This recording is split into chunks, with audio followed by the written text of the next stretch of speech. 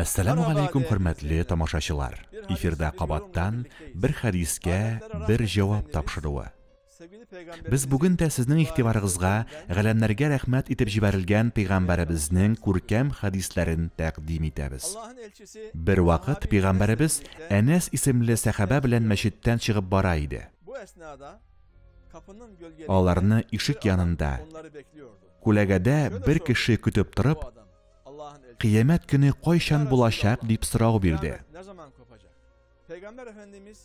Пәйгамбәребез: "Син үзең кыямәт көненә нәрсә әзерләдең соң?" дип аның соравына сорау белән җавап кайтарды.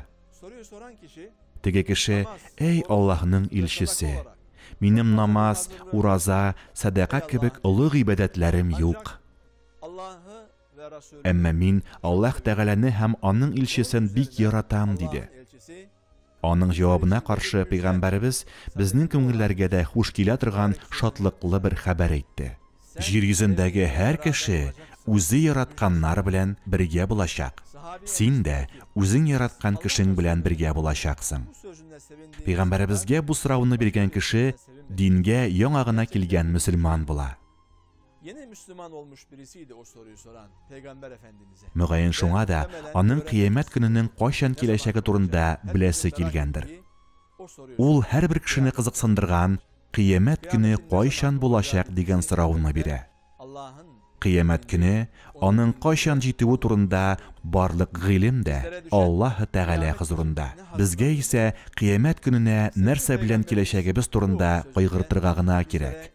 Яраткан пәйгамбәребезнең бу күркәм хәдисендә безнең өчен бик мөһим бер хәбәр бар. Дөреслекдә исә пәйгамбәребезне ярату иманның бер өлеше булып тора.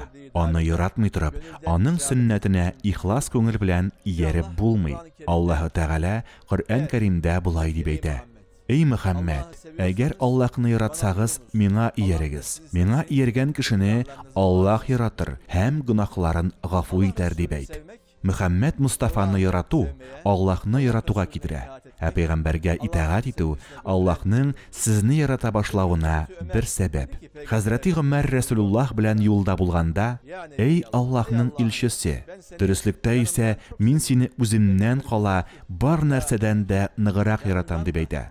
Мөхәммәд пәйгамбәр: "Мин синең өчен үзеңә караганда да сөеклерәк булмыйча, синең иманың камил булмас" дип җавап кайтара. Пәйгамбәребезнең хәдисе буенча без аны үзебезгә, әти-әниләребезгә һәм балаларыбызга караганда да ныгырак яратырга тиешбез. Һәм бары тик бу төр ярату гына Аллаһның рәхмәтенә һәм камил иманга китерә. Әлбәттә, бу ярату күңелдәге хис булып кына калырга тиеш түгел. Яратучы кеше үзенең яраткан кешесенә охшарга тырышырга тиеш.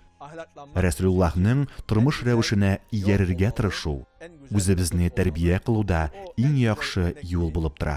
Чөнки ул иң яхшы үрнәк һәм галәмнәргә рәхмәт өчен җибәрелгән зат иде. Димәк, пәйгамбәребезнең ярату рәвешен, аның югары әхлагын, кылган гамәлләрен үзебезнең тормыш моделе итеп сайлап алырга кирәк.